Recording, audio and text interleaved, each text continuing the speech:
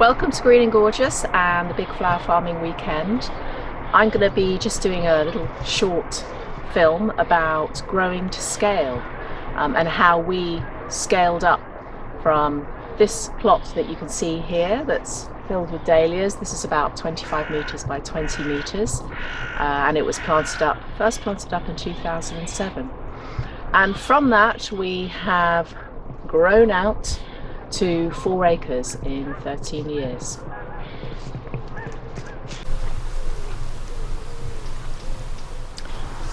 So one of the first things we did when we decided we wanted to turn the 2 acres over to flowers was we started to plant all our woody cuts, things like these beautiful hydrangeas and perennials. So all of our permanent planting that we orientated north to south across our field, so it could get a good amount of sunlight, but also so it could create shelter and break the wind, which is quite exposed here. So break the wind across the field.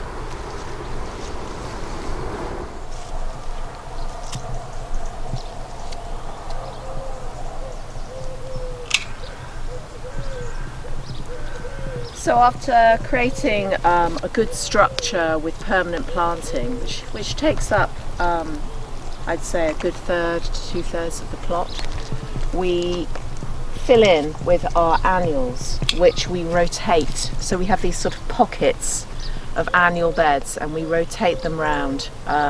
This bed is actually first year flowering perennials, many of these, but we tend to treat them as annuals, so the bed gets cleared at the end of the season, and then something different will go in here next year. And that tends to keep the amount that we actually have to plant each year in this space to a manageable level. What we might do when we come to clear it in the autumn is just use a ride-on mower just to take the crop off, and then put down a thick plastic over that, just to leaving the roots in and letting it all rot down and go back into the ground.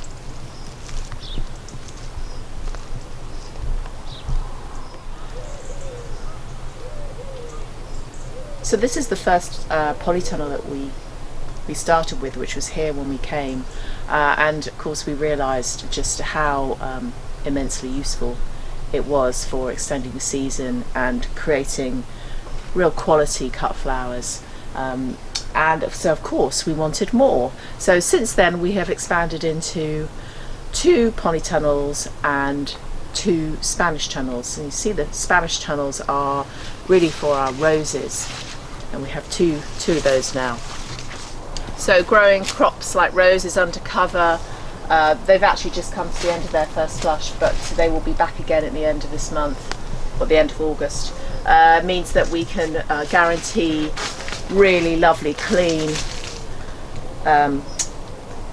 beautifully long-stemmed roses that we can use for all of our wedding work, which is at the moment our main way of selling our flowers.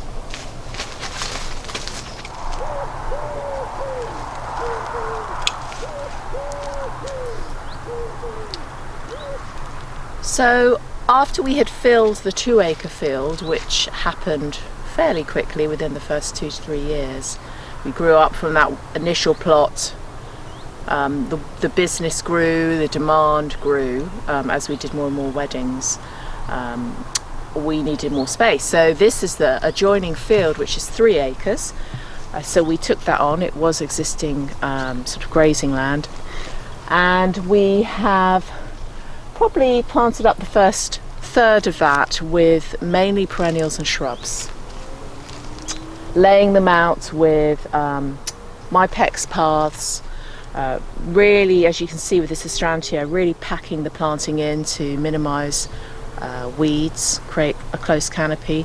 And I don't know if you can see over in the distance there, but we do a lot of the management, the maintenance of this area using the tractor. So it has a topper that we can drive down on the path, using the paths, they're the correct tyre width, and then we can cut everything back in the spring. We can use a loader to get all the mulch on directly onto the bed, so we're not having to wheelbarrow things around, because it is a large space, but being all perennial, it is low maintenance.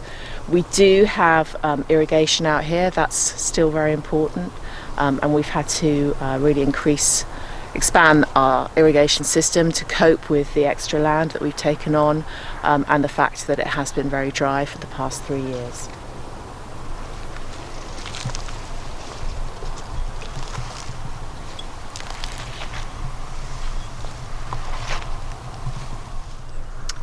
So what do you need if you're going to grow to scale to make things a little easier, more efficient?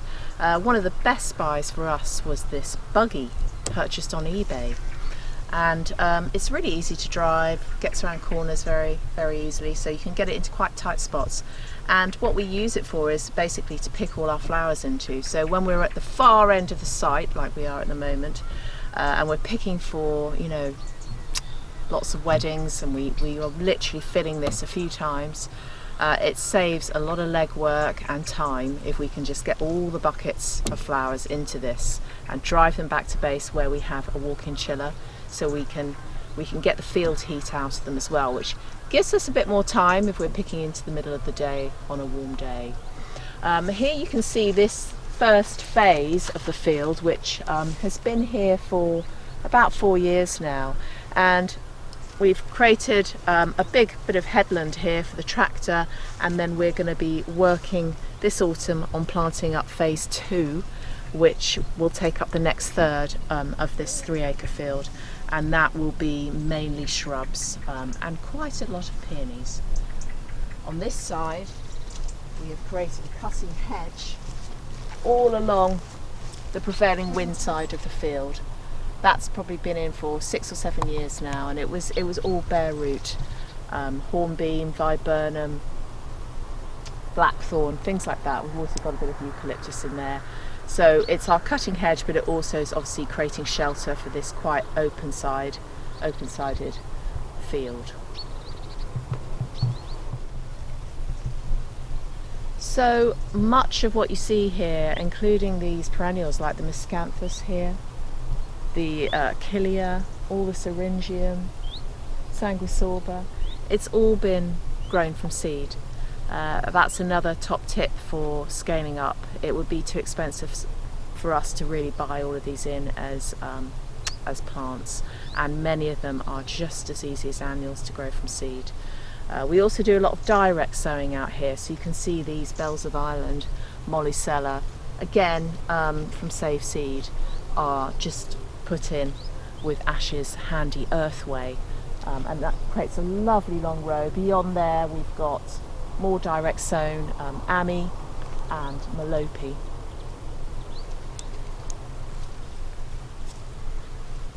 So what are the challenges and benefits of growing to scale? I would say the challenges for us have been labour, you know, getting around 4 acres and keeping on top of it. So we do have a team of people to help us. We couldn't do it on our own, but obviously by using machinery, that makes quite, you know, a big difference.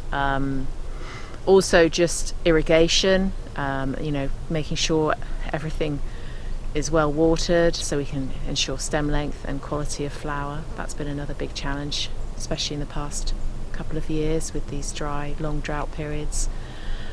So yes, it's a big pressure on resources when you grow to scale.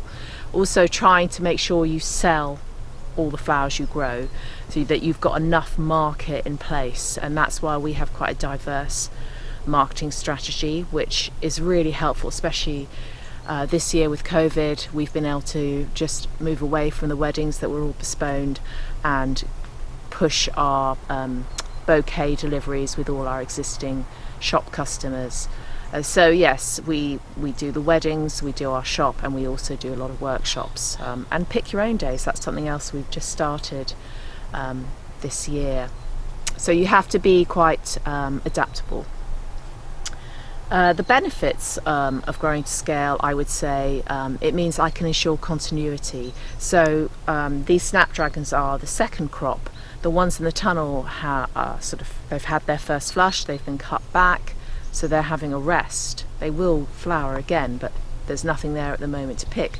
But because I've got the space, I have another crop ready to go. So that continuity of supply, which is so important, you know, you need to be selling lots of flowers every week through the season. You can ensure that with space. You can just leave areas. You don't have to clear and then replant and wait. I think also just having a very wide range of cut flowers to choose from. I mean, literally hundreds of varieties to play with, which I find very exciting.